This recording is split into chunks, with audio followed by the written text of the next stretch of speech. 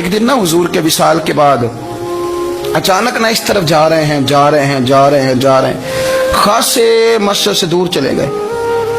تو حضرت عمر تھوڑا طبیعت کو جانتے تھے. جناب عمر پیچھے دوڑے, کہنے لگے کدھر جا رہے ہو؟ چپ کر گئے. کیا ہوا؟ کدھر جا رہے تھے؟ ابو بکر سیانے بندے ہو, امیر المومنین ہو, کہاں جا رہے؟ تو رو پڑے. کہنے لگے ایک دفعہ نا حضور سفر پہ گئے ہوئے تھے تو اس طرف سے واپس آ گئے تھے, تو مجھے خیال آیا شاید اس طرف سے آ نہ رہے ہوں. حضرت عمر رو پڑے. کہنے لگے ابو بکر اب تو حضور نے پردہ کر لیا. جنہاں دے دل بر جانی وچھڑ کون روگے پھر تھوڑا, سب روگاں دا روگ محمد جس دا نام. آپ ساری سیرت کی کتاب میں پڑھ لیں گے تو ابو بکر صدیق کا وصال کس بیماری سے ہوا. لوگوں نے قول کیے ہیں کہ وہ سانپ کا زہر آ جاتا تھا, فلاں چیز تھی, لیکن کو بندہ وجہ تلاش کر سکا کیا وجہ تھی وصال ہو گیا, کیا بیماری تھی, کیا تکلیف تھی. باقی وجوہات آپ کو ملیں گے. عثمان غنی شہید ہو گئے, حضرت عمر شہید ہو گئے, مولا علی, ابو بکر صدیق چلے گئے 63 سال کی عمر. وجہ کوئی نہیں بتائے گا. جب شدید بیمار ہوئے تو حضرت عمر فاروق نے ایک طبیب بلایا, بڑا سیانا تھا. اس نے سارا چیک کیا تو نباز تھا. کہنے لگا یار کو بیماری تو سمجھ میں نہیں آتی.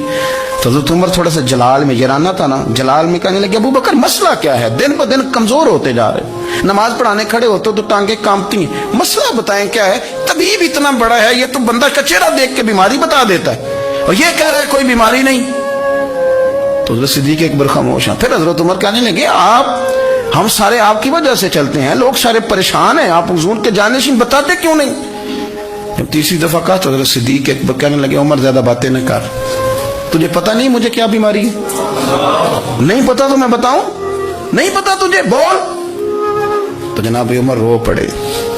کہنے لگے ابو بکر مجھے پتا ہے آپ کا دیدار کے بغیر کام نہیں چلتا. وقت نا لمبا ہو گیا, چر ہو گیا, میں ترلے لیندیاں کدی موڑ میرے ول باگا, خواب میری وچ ایک وار دیاں میں ساری عمر نہ جاگا.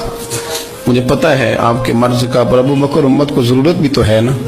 حضرت صدیق ایک بار کہنے لگے بس ہو گئی ہے, اب میری وصیت یاد رکھنا, جب میں دنیا سے جاؤں تو اٹھا کے میرا جنازہ قبر رسول پہ لے جانا, اور پہلے پوچھ لینا کہ ابو بکر حاضر ہے, اجازت ہو تو مجھے دفن کر دینا, ورنہ جنت البقیع میں. تو لوگ کہتے ہیں ابھی جنازہ ہی رکھا ہی تھا کہ دروازہ اندر سے خود بخود کھل گیا, اور آواز آئی اب دیر نہ کرو, محبوب کو محبوب کے ساتھ ملا دو.